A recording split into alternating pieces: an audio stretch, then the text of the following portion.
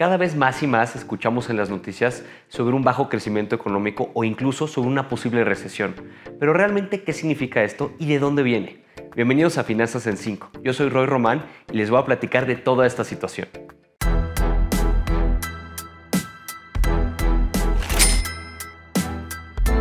No olviden suscribirse a nuestro canal, darnos like y de buscarme en las redes sociales como royroman.f y además pueden leerme en mi blog en invertilandia.com. Primero empecemos con el significado de una recesión. Para muchas personas una recesión es tener 2 trimestres consecutivos con negativo crecimiento económico, es decir, con datos que están por debajo del cero. Pero realmente la definición para el Buró de Estados Unidos que define lo que es una recesión está totalmente fuera de aquí. Toman en cuenta el crecimiento económico, el crecimiento del empleo, el gasto y muchos otros factores. Esto al final lo acaban decidiendo tan solo 8 economistas. Así que depende de qué tan político te quieras ver o no para saber si es una recesión.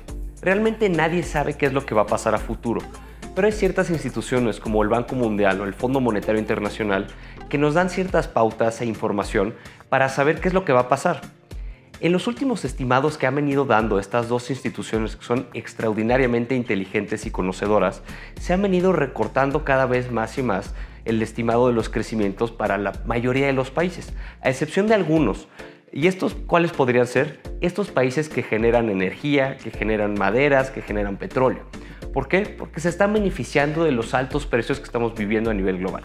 Pero prácticamente fuera de ellos, todos están sufriendo unas bajas en sus estimados de crecimiento. Cada ciclo económico y cada recesión es totalmente diferente. En esta ocasión lo que muchos están estimando es que probablemente se pueda llegar a dar por la medicina que tuvimos anteriormente. Y esta medicina fue el regalar dinero cuando se cerró el mundo y cuando las economías estaban prácticamente paradas gracias al COVID-19. Esta medicina, repito, se está convirtiendo en la enfermedad. ¿Por qué? Porque está generando mucha inflación. Recordemos que los bancos centrales tienen prácticamente un trabajo y este trabajo es controlar la inflación. ¿Cómo lo hacen? Por ejemplo, cuando nosotros tenemos un bajo crecimiento económico, bajan las tasas de interés para que la gente salga a la calle y empiece a gastar más. Si yo tengo créditos más baratos, puedo irme a comprar un coche de una manera más fácil. Puedo ir a comprar una hipoteca de una manera más fácil. En esta ocasión es lo contrario. Lo que están haciendo es subir las tasas de interés para que la gente cada vez le cueste más y más y no salga a gastar. De esta manera empiezan a controlar cada vez la inflación. Aproximadamente en Estados Unidos hay en circulación más de 21 trillones de dólares en inglés o en español 21 billones. Lo que se estima es que el Banco Central retire aproximadamente el 5% para el próximo año, lo cual equivale a aproximadamente 1 trillón o billón. Esto es más o menos el PIB de la economía mexicana. Entonces están empezando a retirar cada vez más y más dinero con la intención de controlar esta inflación. Recordemos cómo empezó toda esta situación de la inflación. Teníamos prácticamente todo el mundo cerrado, lo cual generaba que había pocos productos, pero había mucha gente demandándolo. Hoy en día los bancos centrales tienen solamente una opción. ¿Por qué? Porque no pueden generar más coches, no pueden generar más chips, no pueden generar las cosas. Lo que sí pueden hacer es matar el consumo. ¿Cómo pueden matar el consumo? Disminuyendo la demanda, es decir, haciendo que la gente salga a gastar menos, a través de incrementos en las tasas de interés que ya estamos viviendo. Cuando vamos al banco, vamos a empezar a ver cada vez tasas mayores. Y esto va a significar que va a ser más difícil para nosotros salir a gastar a la calle. Es importante conocer más o menos cómo se componen los consumos y los crecimientos de los países. Por ejemplo, en Estados Unidos, cerca de 2/3 partes del PIB, es decir, de lo que se genera de riqueza dentro del país, es generado a través del consumo interno.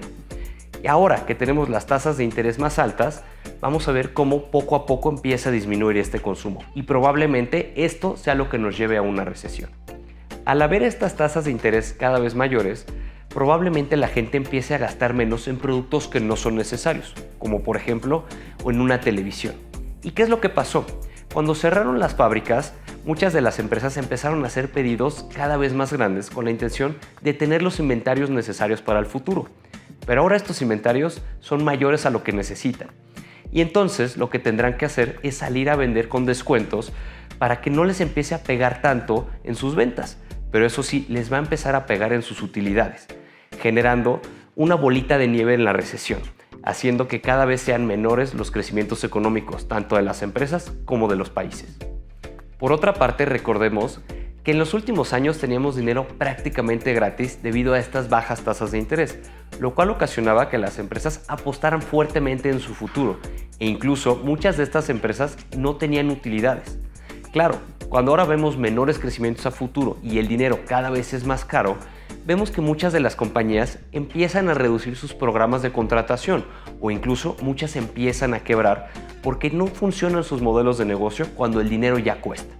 Esto va a afectar de manera directa al consumidor, es decir, a todas nosotros las personas normales, porque dependemos de un empleo.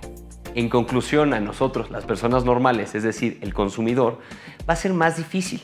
¿Por qué? Porque tendremos menos empleo y además el dinero nos costará más, por lo cual será más complicado ir a comprar casas, comprar un coche o los pagos que tengamos que hacer de nuestras tarjetas de crédito. Hablando específicamente de México, hay un dato que es muy interesante. Muchos de los países desarrollados se endeudaron para poder apoyar a su gente. Nuestro país no lo hizo y hoy en día está pagando estos frutos, porque al no tener tanta deuda, vamos a tener que pagar menos intereses cuando las tasas empiecen a subir.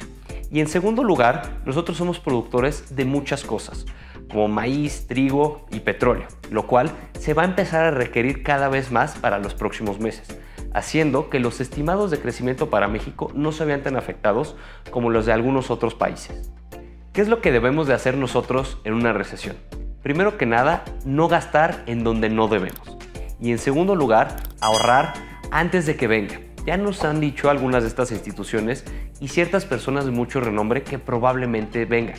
Entonces es buen momento para empezar a hacer ese guardadito. Ahora ya sabemos qué es una recesión, por qué se podría generar en esta ocasión y qué son aquellas cosas que podemos hacer nosotros para sobrevivirlo lo mejor posible. Muchas gracias, nos vemos en el siguiente programa de Finanzas en 5.